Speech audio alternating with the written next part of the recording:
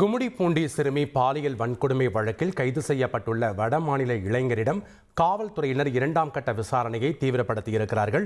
கள விவரங்களை வழங்குவதற்காக இணைகிறார் செய்தியாளர் மணிகண்டன். வணக்கம் மணிகண்டன். தற்போது இந்த விவகாரத்தில் கைது செய்யப்பட்டிருக்கக்கூடிய இந்த வடமாநில இளைஞர் பற்றிய முழு விவரங்கள் தெரிய வந்திருக்கா? தற்போது காவல்துறை தரப்புல எப்போ நீதிமன்றத்தில் ஆஜர்படுத்த திட்டமிட்டிருக்காங்க? ஏற்கனவே பொதுமக்கள் அந்த இடத்துல கூடுவதா தகவல் கிடைச்சிருக்கு. தற்போது அங்கே என்ன முன்னேற்பாடு பணிகள் எல்லாம் செய்யப்பட்டிருக்கு மணிகண்டன்? வணக்கம். திருவள்ளூர் மாவட்டம் கும்மிடிப்பூண்டி அடுத்த ஆரம்பாக்கத்துல கடந்த 12ஆம் தேதி சனிக்கிழமை அன்று பள்ளி முடித்து வீடு திரும்பிய சிறுமி மர்ம நபரால பாலியல் வன்கொடுமைக்கு உள்ளானார். தொடர்ந்து பாதிக்கப்பட்ட சிறுமி ஆர்எஸ்ஆர்எம் மருத்துவமனையில் அனுமதிக்கப்பட்டு தீவிர சிகிச்சை அளிக்கப்பட்டு பின்னர் டிஸ்சார்ஜ் செய்யப்பட்டு வீடு திரும்பினார்.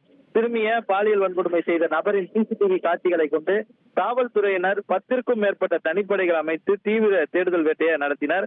குற்றவாளியின் சிசிடிவி புகைப்படங்கள் வெளியிட்டு காவல்துறை குற்றவாளி குறித்த தகவல் தெரிந்தால் காவல்துறைக்கு தகவல் அளிக்குமாறும் தொலைபேசி எண் விவரங்களை 4 மொழிகள்ல அச்சிட்டு தேடி வந்தனர். இந்த நிலையில பல்வேறு தனிப்படைகள் மூலமாக விசாரணை தேடுதல் வேட்டையை தீவிரப்படுத்திய காவல்துறையினருக்கு குற்றவாளி அளித்த தகவலின் அதாவது குற்றவாளி இருக்கும் இடத்தை கண்டுபிடித்து நேற்றைய தினம் அந்த சம்பவம் நடந்து 14வது நாள் ஆந்திர மாநிலம் சூலூர்பேட்டை ரயில் நிலையத்தில் வைத்து குற்றவாளியை தனிப்படை போலீசார் கைது செய்தனர். தொடர்ந்து தனிப்படை போலீசார் கைது செய்யப்பட்ட வடமாநில இளைஞரை கவரப்பேட்டை காவல் நிலையம் அழைத்து வந்து வடக்கு மண்டல ஐஜி அத்ராகார் கைது செய்யப்பட்ட நபரிடம் நேரடியாக விசாரணையை மேற்கொண்டார்.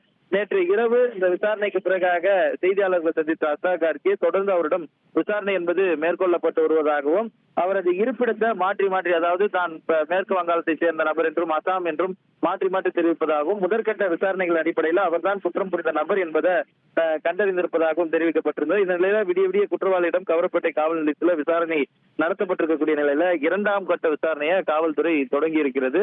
நேரடியாக கவரப்பேட்டை காவல் நிலையத்திற்கு கும்மிடிப்பூண்டியுடைய துணை காவல் கண்காணிப்பாளர் ஜெய்ஸ்ரீ வந்திருக்கிறார். இன்று இந்த 2ஆம் கட்ட விசாரணை என்பது தொடங்கப்பட்டிருக்கிறது.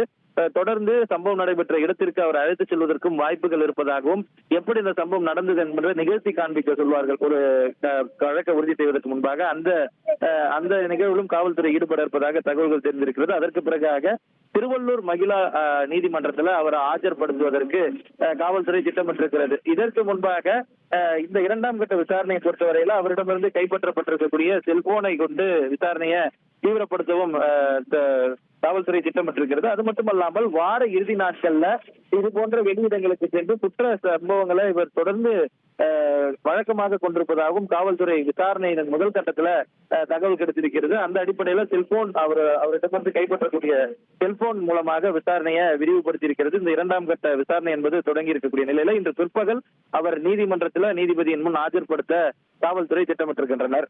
இதற்கு முன்பாக கவரப்பேட்டை காவல் நிலையத்திற்கு கூடுதலாக காவல்துறையினர் வருகை தந்திருக்கின்றனர்.